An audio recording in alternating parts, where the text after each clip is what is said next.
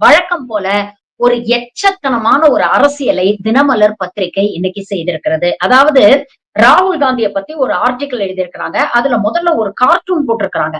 அதாவது வாயை திறந்தாலே பொய் தான் வருகிறது. நான் என்ன செய்ய?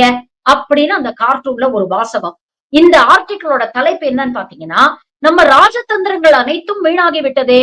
வெற்றியை தராத ராகுலின் போராட்டங்கள் அப்படின்னு சொல்லி ஒரு 11 போராட்டங்களை வரிசைப்படுத்தி வரிசைப்படுத்திட்டு இந்த ஆர்டிக்கல் மூலமாக என்ன சொல்ல முயற்சி பண்றாங்க அப்படின்னு பாத்தீங்கன்னா, ராகுல் காந்தி ஒவ்வொரு தடவை பேசக்கூடிய விஷயங்களும் பொய் தான் பேசியிருக்கிறாரு. இது மூலமாக மோடியுடைய புகழுக்கு களங்கம் ஏற்படுத்த முயற்சி பண்றாரு.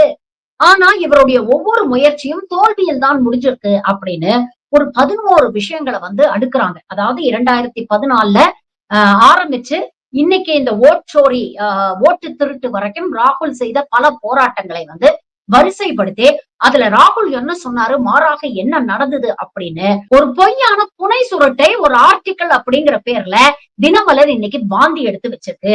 ஆனா இது ஒரு விதத்துல நல்லதுதான். இவங்க வரிசைப்படுத்தின ஒவ்வொரு விஷயத்தையும் மக்களுக்கு மீண்டும் ஞாபகப்படுத்தக்கூடிய ஒரு வாய்ப்பை தினமலர் ஏற்படுத்தி கொடுத்திருக்கு அப்படிங்கறதுல உண்மையிலேயே எனக்கு சந்தோஷம்தான். இந்த 11 விஷயங்கள்ல என்னென்ன நடந்தது, ராகுல் என்ன சொன்னாரு, அது பிற்காலத்துல எப்படி உண்மையாச்சு அப்படிங்கறதுதான் நாம இந்த காணொளியில பார்க்க போறோம். இதுல ஆரம்பத்துல ஃபர்ஸ்ட் டிமானிட்டைசேஷனை கையில எடுக்கிறாங்க. இந்த டிமானிட்டைசேஷனை 2016ஆம் ஆண்டு மோடி திடீர்னு இரவு 8 மணிக்கு அனௌன்ஸ் பண்றாரு. இன்னில இருந்து 500 ரூபாய் நோட்டும் 1000 ரூபாய் நோட்டும் செல்லாது அப்படின்னு.